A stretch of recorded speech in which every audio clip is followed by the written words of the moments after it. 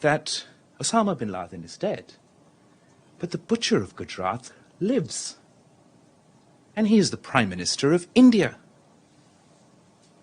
He was banned from entering this country until he became Prime Minister. This is the Prime Minister of the RSS and the Foreign Minister of the RSS. What is the RSS? The RSS draws its inspiration from Hitler's SS. जय हिंद दोस्तों। अभी अभी आपने जिन्हें सुना वो पाकिस्तान के विदेश मंत्री हैं। उनका लहजा देखा आपने बातचीत करने का, उनके शब्द देखे और क्या बोल रहे हैं वो प्रधानमंत्री मोदी के बारे में। बिलावल भुट्टो, अगर आप बेनजीर भुट्टो के बेटे ना होते तो शायद आप पाकिस्तान के विदेश मंत्री बनने के लायक नहीं होते। आप मोदी के लिए बोल रहे हैं। 1 अरब 35 करोड़ से ज्यादा की आबादी वाले देश के प्रधानमंत्री हैं वो, और 301 से ज्यादा सांसद हैं उनकी पार्टी के पास, तब जाकर वो इस देश के प्रधानमंत्री बने हैं। उन्हें किसी जनरल बाजवा ने नहीं बैठा दिया है, ना किसी जनरल मुनीर ने बैठा दिया है, जैसे आपके देश में आपको बैठाया गया है। इमरान खान की सत्ता हटा के शहबाज शरीफ को प्रधानमंत्री बना के आपको विदेश मंत्री बना दिया है। आपके अंदर इतनी कुव्वत नहीं है कि आप चुनाव जीत के विदेश मंत्री बनते। और अब पीएम मोदी के बारे में बात कर रहे हैं। हमारे प्रधानमंत्री हैं वो, हमारे 135 करोड़ की आबादी वाले देश के प्रधानमंत्री हैं। 300 से ज्यादा सीटें जीती हैं और उनका संघर्ष रहा है यहां तक। एक गरीब परिवार से निकले हैं जिनका कोई राजनीति में कोई नहीं था। संघर्ष देखा है उन्होंने कांटे और चम्मच के साथ रोटी नहीं खाई है तुम्हारी तरह। उसके बाद वो इस देश के प्रधानमंत्री बने हैं, गुजरात के सीएम बने, तब जाकर देश के पीएम बने। 300 से ज्यादा उनकी पार्टी ने सीटें जीती। और मैं चैलेंज देता हूं आपको, बिलावल भुट्टो, चैलेंज देता हूं आपको, आप अपने दम पर चुनाव नहीं जीत सकते। ये तो भला हो जनरल बाजवा का, जो जाते जाते इमरान खान को हटा के और आप जैसों को विदेश मंत्री बना दे। और अगर इतना ही दम है ना तो इमरान खान के कहने पर 3 महीने से वो बोल रहे हैं, 4 महीने से, कि चुनाव करा दो। चुनाव क्यों नहीं करवा लेते हो? लग जाएगा पता कितना दम है तुम में। घर में नहीं दाने, चले हिंदुस्तान को डराने। भैया हमारे प्रधानमंत्री पे बोलने की आपकी हैसियत नहीं है, ठीक है? सोच भी नहीं सकते हो तुम। 1 अरब 35 करोड़ से ज्यादा की आबादी के देश के प्रधानमंत्री हैं। 300 से ज्यादा सीटें मिली हैं और इस देश के लोगों ने उन्हें दी हैं। वो किसी जनरल बाजवा या जनरल न्याजी या किसी और के बैठाए हुए नहीं है। दोस्तों, भारत और पाकिस्तान के रिश्तों में शायद कड़वाहट हमने 7 दशकों से देखी है, लेकिन पाकिस्तान के नेताओं का इतना गिरा हुआ स्तर पहली बार देखा है। आपने बिलावल भुट्टो को सुना, उससे पहले उनकी विदेश राज्य मंत्री हैं हिना रवारी खार। Bilawal Bhutto United nation security council में इस वक्त बैठक चल रही है, वहां पे गए हुए हैं। और लेकिन आप सोचेंगे कि उन्हें मिर्ची किस बात से लग रही है, तो मिर्ची इस बात से लग रही है कि देश के, भारत के विदेश मंत्री एस जयशंकर ने उनकी बैंड बजा दिया वहां पे, दुनिया के सामने पाकिस्तान को नंगा कर दिया है। दुनिया के सामने पाकिस्तान को नंगा कर दिया है विदेश मंत्री एस जयशंकर ने। भरे मंच से उन्होंने कहा, हिना रवानी खार को कोड करते हुए कहा कि आप तब पाकिस्तान की नेता थी, आपके बगल में खड़े होकर हिलारी क्लिंटन ने कहा था कि आप घर के पीछे ये सोच के सांप नहीं पालते कि वो दूसरों को काटेगा, वो आपको भी काटेगा। और अगर आज पाकिस्तान के अंदर ऐसे हालात हैं कि टीटीपी या दूसरे आतंकी संगठन हमले कर रहा है तो उसके लिए जिम्मेदार आप हैं, हिंदुस्तान जिम्मेदार नहीं है। और शायद ही इतिहास में, जहां तक मैं जान रहा हूं, मैंने जिन विदेश मंत्रियों को सुना है, कोई ऐसा विदेश मंत्री भारत के पास रहा हो जो बिना लाग लपेट के बात करता हो, और यह काबिलियत विदेश मंत्री एस जयशंकर में है। किस प्रकार से उन्होंने सरेआम यूनाइटेड नेशन सिक्योरिटी काउंसिल के मंच से पाकिस्तान की धज्जियां उड़ा दी, आप भी जरा सुन लीजिए।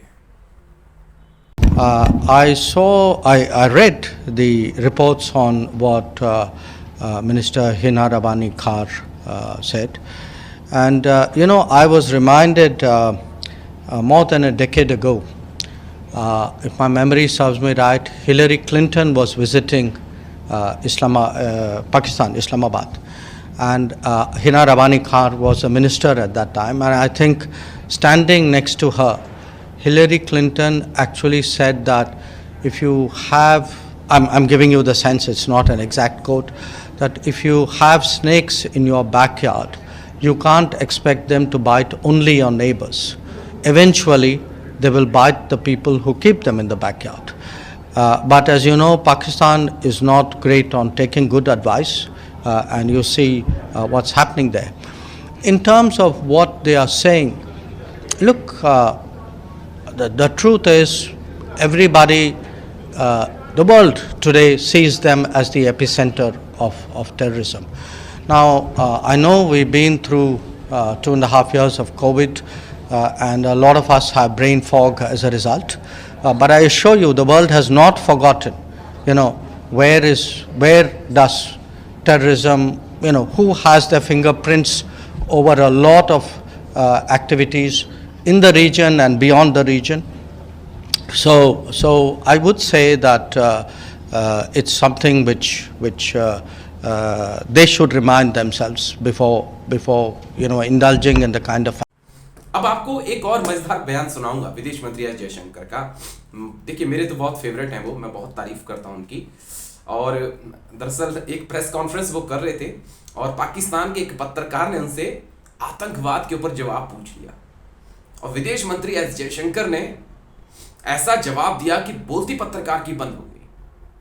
पत्रकार बोलता है कि दिल्ली, इस्लामाबाद और काबुल कब तक आतंकवाद सहते रहेंगे, और विदेश मंत्री एस जयशंकर ने जो कहा ना, उसके लिए तो सैल्यूट उनको एक बनता है, उनकी तारीफ होनी चाहिए। सुनिए आप किस प्रकार से बैंड एक बार फिर से पाकिस्तान और पाकिस्तान के पत्रकार का विदेश मंत्री एस जयशंकर ने बजा दिया। They do. Mr. Minister, I'm from Geo TV Pakistan. If you would like to entertain my question also. Okay. How about Kulbhushan, first of all, and India and Pakistan have been accusing each other about terrorism. Hina Rabbani, as you said, yesterday, she brought out this. Could you come to the question? My question is, how long South Asia is going to see this terrorism disseminating from New Delhi, Kabul, and Pakistan? How long they are going to be at war, number one? And secondly, how about the UN Security Council resolutions on Kashmir? Does India abide by it or not? Thank you. You're asking the wrong minister when you say how long will we do this, because it is the ministers of Pakistan who will tell you how long Pakistan intends to practice terrorism.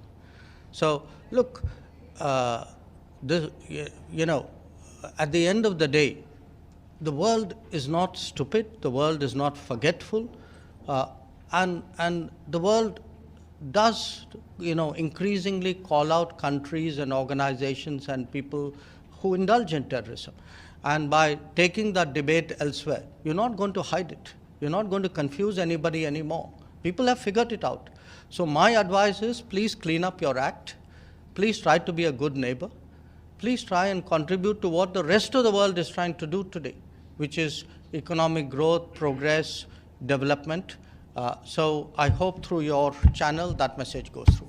Shall I finish? Thank you. Second part, Mr. Minister, second part of my question.